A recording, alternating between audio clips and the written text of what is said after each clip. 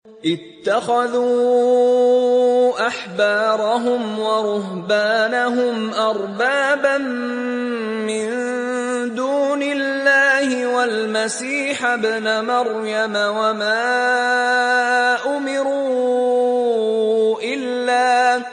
وما أمروا إلا ليعبدوا إلها واحدا لا إله إلا هو سبحانه عما يشركون. Ayo teman-teman, ini kita nikmati bareng-bareng. Ustaz, ini kita kan hidup di Bali dengan budaya dan agama yang sangat jauh berbeda dengan kita ya, dengan Islam ya. Terus kiat-kiat apa dan nasihat antum untuk kita di sini untuk bisa kafah itu menjalankan sunnahnya kita. Iya. Bismillah, alhamdulillah, wassalatu wassalamu ala rasulillah wa ala alihi wa ashabihi wa man ittaba'a hudah, amma ba'd. Ya, memang tantangan yang berat bagi kita yang sudah mengerti akan sunnah Rasulullah SAW untuk menjalankannya, bukan hanya di Bali tapi juga di banyak wilayah dari negeri-negeri kaum muslimin, karena jauhnya umat Islam dari sunnah Nabi SAW. Apalagi di Bali, bisa dikatakan umat Islam itu pendatang. Kemudian keumuman masyarakat Bali beragama lain, ya agama Hindu. Ini menjadi tantangan tersendiri. Oleh karenanya, untuk mengikuti sunnah Nabi SAW, semakin berat tantangannya, maka semakin besar pahalanya. Amin. Ini diantara yang memotivasi agar kita semakin kuat mengamalkan sunnah Nabi SAW. Kata Nabi kepada Aisyah radhiyallahu anha, innama ajruki ala qadri nasabiki. Hanya saja pahalamu sesuai dengan kadar kesulitanmu, kadar kepayahanmu.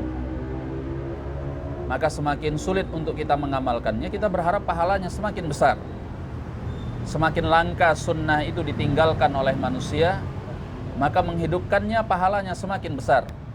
Bahkan dijamin oleh Nabi SAW bahwa orang yang mau mengamalkan sunnah di hari-hari di mana hawan muttaba, hawa nafsu diikuti, dunia mu'athara, dunia lebih diutamakan, wa syuhun muta', manusia itu sangat pelit, yakni artinya sangat mencintai hartanya, wa i'jabu kulli dhi ra'yin ra'yah, dan setiap orang bangga dengan pikirannya. Kata Nabi, pahala orang yang mau mengamalkan sunnahnya seperti pahala 50 sahabat, Masya Allah, yang mengamalkan sunnah tersebut.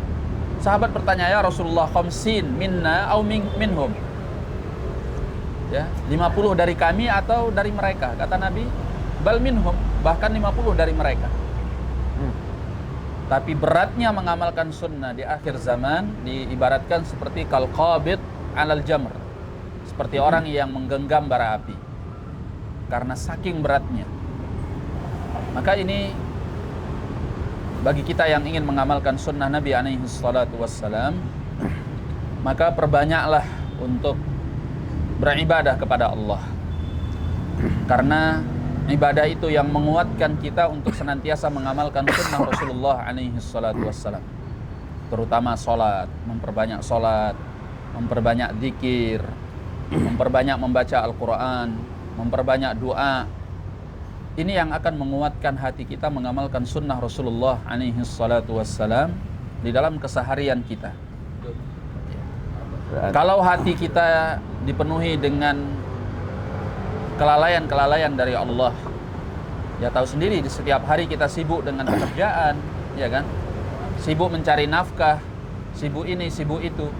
Kalau kita juga lalai dari ibadah, pasti lebih ringkih, lebih lemah dalam mengamalkan sunnah Rasulullah SAW. Jadi kekuatan kita adalah ibadah kepada Allah, memperbanyak sholat, memperbanyak zikir, memperbanyak membaca Al-Quran, memperbanyak doa, Allahumma ya muqallibal qulub, tsabbit qulubana ala dinik. Wahai zat yang membolak-balikkan hati, kokohkan hati kami berada di atas agamamu. Doa yang paling banyak dibaca oleh Nabi SAW, sebagaimana dalam hadis Ummu Salamah radhiyallahu anha. Maka kita berupaya dengan memperbanyak ibadah ini, kita semakin kuat bisa mengamalkan apa yang diamalkan, apa yang dicontohkan, apa yang diteladankan oleh Rasulullah alaihi salatu wassalam. Dan di Bali, dengan kondisi masyarakat yang mayoritasnya non-muslim dan orang-orang Islamnya adalah pendatang, maka sangat penting mengamalkan sunnah Nabi itu hanya jangan dari satu sisi, tapi lebih lebih menyeluruh. Terutama dalam hal akhlak, dalam hal muamalah, ya, berinteraksi kepada sesama manusia. Bagaimana Rasulullah berinteraksi kepada orang kafir? Bagaimana Rasulullah SAW berinteraksi sesama muslim? Ya, apalagi sesama ikhwan-ikhwan kita yang ngaji sunnah gitu. Mari kita amalkan sama-sama sunnah Nabi SAW. Kita perindah diri kita dengan akhlak yang mulia. Ya. Sehingga sebetulnya yang jauh lebih dahsyat daripada dakwah dengan ucapan adalah dakwah dengan perilaku. Ya, jadi ada contoh langsung ya? Ada aplikasinya langsung, ada aplikasinya di dalam kehidupan. Kalau dengan lisan ini semua orang bisa, tapi dalam kehidupan praktek nyata belum tentu bisa. Sering sekali kita tahu ilmunya, tapi pengamalannya jauh. Ya, intinya sabar ya? Ya, akhlak yang mulia itu banyak. Misalnya sabar, ya. Allah katakan bersabar dalam menjalankan sunnah itu ya. Sabar dalam menjalankan sunnah dan sabar di dalam menempuh kehidupan, sabar dalam berinteraksi dengan orang lain. Misalnya firman Allah di dalam Al-Qur'an, fa idzal ladzi bainaka wa bainahu adawatun ka'annahu waliyyun hamim. Idfa' billati hiya ahsan.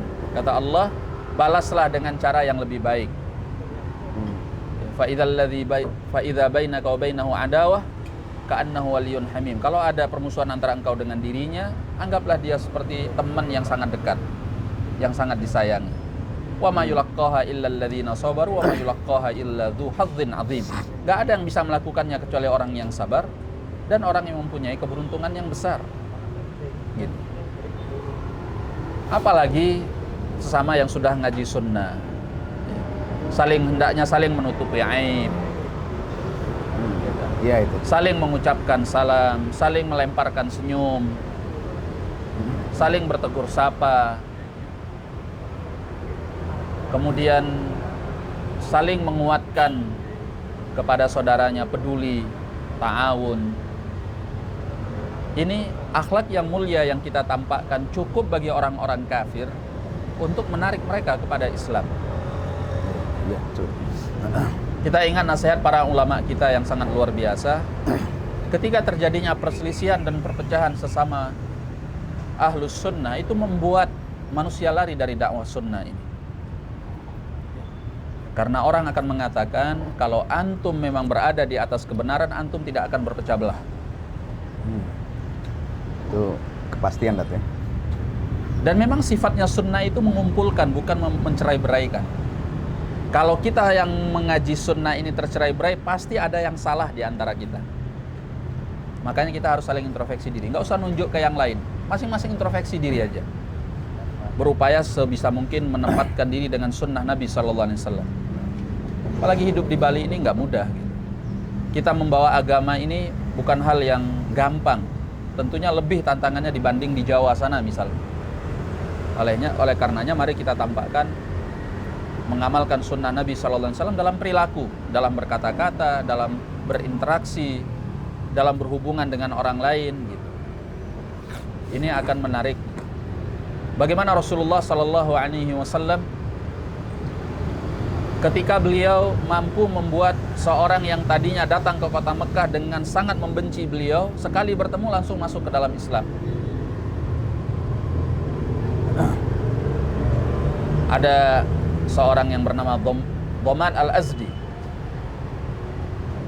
datang ke kota Mekah. Dia mendengar orang-orang mengatakan bahwa Muhammad itu gila. Muhammad itu begini, Muhammad itu begini. Sampai dia penasaran bertemu dengan Nabi sallallahu alaihi wasallam. Ketika bertemu dengan Nabi, dia katakan, "Ya Muhammad, kalau engkau ini memang punya penyakit gila, aku ini sudah biasa nyembuhin orang gila. Aku bacakan bacaan-bacaan dan dia sembuh karena bacaanku.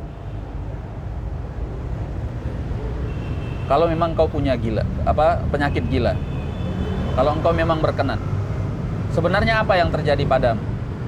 Rasulullah SAW dengan sabarnya mengatakan, ya coba aja kita ketemu dengan orang asing, tiba-tiba dia nuduh kita punya penyakit gila. Kira-kira kita emosi nggak? Iya. Tapi Nabi SAW sabar. Dan beliau kemudian menjawab dengan mengatakan, Innal hamdalillah nahmaduhu wa nasta'inuhu wa nastaghfiruh wa na'udzu billah min syururi anfusina wa min sayyiati a'malina. May yahdihillahu fala mudilla lahu wa may yudlil fala hadiyalah. Ucapan Nabi ini membekas di hatinya. Dan dia mengatakan, ya Muhammad, aku sudah bertemu dengan para penyair dan aku tahu syair, dan ucapanmu ini bukan syair. Aku sudah bertemu dengan dukun, dengan para dukun, dan aku yakin bahwa ucapanmu ini bukan mantra-mantra dukun, ya. Dan kalimatmu ini sungguh telah benar-benar menancap dalam di dalam hatiku. Maka ulurkan tanganmu, aku membaiatmu. Langsung orang itu bersyahadat, asyhadu an la ilaha illallah wa anna muhammadan rasulullah. Masyaallah. Karena Nabi membalasnya dengan kalimat yang indah. Innal hamdalillah, segala puji bagi Allah, nahmaduhu wa nasta'inuhu wa nastaghfiruh. Kan kita memujinya, kita mohon pertolongan kepadanya dan kita mohon ampun kepadanya. Dan kita berlindung kepadanya dari kejelekan diri kita dan keburukan amalan kita. Siapa yang ditunjuki oleh Allah, tidak akan ada yang bisa menyesatkannya. Dan siapa yang disesatkan oleh Allah, tidak ada yang bisa menunjukinya. Akhirnya dia masuk Islam. Masya Allah. Barakallah. Bagaimana orang-orang kafir itu disikapi dengan indah oleh Nabi SAW. Karena mereka bukan kafir harbi, bukan di masa peperangan. Nabi SAW ketika masih ingat kisahnya seorang anak yang Yahudi. Ya, setiap hari Nabi SAW lewat di rumahnya. Suatu saat Nabi tidak melihat anak itu, Nabi datangi, Nabi kunjungi anak itu. Padahal ini Yahudi, ya, dikunjungi oleh Nabi SAW ketika anak itu sakit. Lalu Nabi mengatakan kepadanya, ucapkanlah la ilaha illallah wa anna muhammadan rasulullah, karena anak ini sakit parah. Anak ini melihat ke bapaknya, bapaknya mengizinkan. Maka dia mengatakan la ilaha illallah wa anna muhammadan rasulullah, terus meninggal anak itu. Padahal bapaknya Yahudi. Itu indahnya akhlak Nabi SAW. Ini kepada seorang Yahudi. Kita tahu juga kisah seorang miskin yang setiap Nabi melewatinya, Nabi memberi makannya. Sampai ketika Nabi meninggal, dia kehilangan Rasulullah SAW, manusia terbaik. Akhlak-akhlak yang seperti ini kita kehilangan di hari-hari ini. Kita nggak usahakan sama orang kafir, sesama muslim, bahkan sesama yang ngaji pun kita masih jauh dari akhlaknya Nabi SAW. Maka ya perbanyaklah ibadah kepada Allah, banyak zikir, banyak baca Al-Quran, banyak belajar sunnah. Maka di masa-masa yang seperti ini kita lebih menyibukkan diri dengan ilmu, dengan amalan soleh, dengan dakwah, dan mempersedikit ruang perselisihan, terutama di antara kita sesama ahlus sunnah. Kita amalkan sunnah Nabi SAW. Kita berinteraksi dengan cara yang sunnah, baik kepada ikhwan kita, kepada sesama kaum muslimin, bahkan juga kepada orang kafir. Kita mengamalkan sunnah Rasulullah SAW. Maka mudah-mudahan Allah Subhanahu wa Ta'ala memberikan barokahnya kepada kita dan menguatkan kita di atas keimanan dan keislaman. Kita hidup di atas sunnah dan meninggal di atasnya. Amin. Wallahu a'lam bishawab.